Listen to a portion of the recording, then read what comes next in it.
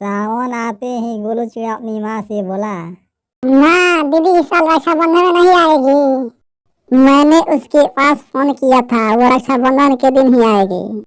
तब तो हमें पैसा का व्यवस्था करना पड़ेगा। जो भी बहन अपने भाई को राखी बांधती है उसे पैसा देना पड़ता है।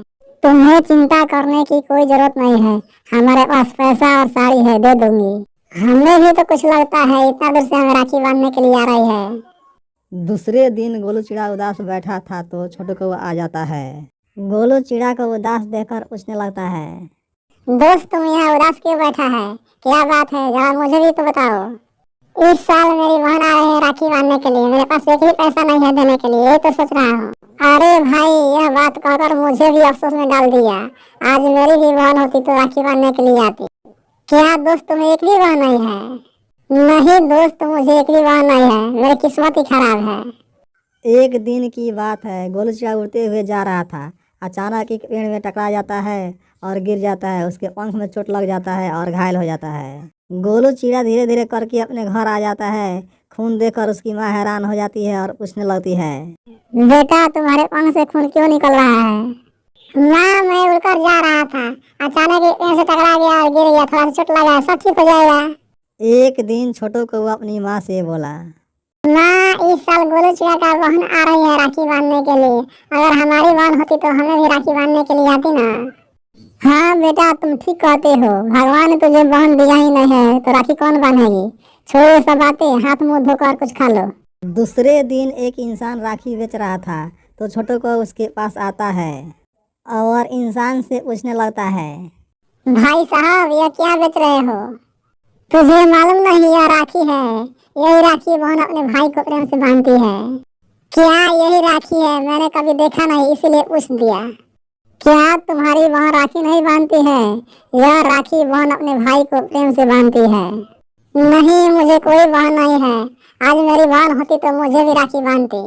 जब तुम्हें बहन है ही नहीं तो तुम यहाँ क्या कर रहा है, जाओ यहाँ से। छोटू कौआ इंसान की बातें सुनकर दुखी होकर चल देता है। थोड़े देर के ही बाद अपनी माँ के पास आ जाता है और अपनी माँ से बोला, माँ आज मेरा मन बहुत दुखी है। मैं रास्ते से जा रहा था, मैंने एक इंसान को राखी बेचते हुए देखा। मैंने उसके पास गया तो अपनी दुकान से हमें भगा दिया। तुमने उसके दुकान पर गया क्योंकि तुम्हें वो भगा दिया? छोड़ो ना माँ ये सब बातें, मान लो हमसे गलती हो, यहाँ से ऐसा गलती कभी नहीं करूँगा। एक दिन रानी चिड़िया दाना लाने के लिए जंगल जाने को तैयार हुई तो अपने बेटे से बोली, बेटा मैं घर में गिलास में पानी रख दिया हूँ, दवा खा लेना, जल्दी ठीक हो जाओगे। अब की बार दूसरे वैद्य से दवा लाई हूँ। ठीक है माँ, मैं दवा खा लूंगा, पहले बता तो दो कहाँ जा रही हो? मैं जंगल जा रही हूँ तुम्हारे लिए दाना और मीठे मीठे फल लाने के लिए। ठीक है माँ, घर जल्दी लौट आना। रानी चिड़िया उड़ते हुए जंगल की ओर चल देती है। एक दिन छोटू कौआ उदास बैठकर सोच रहा था। अचानक गोलू चिड़िया आ जाता है। छोटू कौआ को उदास देखकर पूछने लगता है, दोस्त आज उदास क्यों बैठा है, क्या बात है, जरा मुझे भी तो बताओ। क्या बताऊं दोस्त, एक इंसान राखी बेच रहा था, हमसे पूछा तुम्हारी बहन है, मैंने कहा मेरी बहन नहीं है, तो हमें दुकान से अपनी भगा दिया। दोस्त इसमें दुखी होने की क्या बात है, कल मेरी बहन राखी बांधने के लिए आ रही है, मैं उसे तुम्हें भी राखी बंधवा दूंगा। क्या सच में तुम मुझे राखी बंधवा दोगे? हाँ दोस्त, कल मेरी बहन तुझे भी राखी बांधेगी। छोटू कौआ गोलू चिड़िया की बातें सुनकर खुश हो जाता है।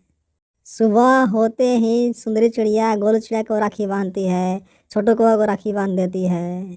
छोटू कौआ राखी बंधवा कर खुश हो जाता है और सुंदरी चिड़िया को अपनी बहन की तरह मानने लगता है।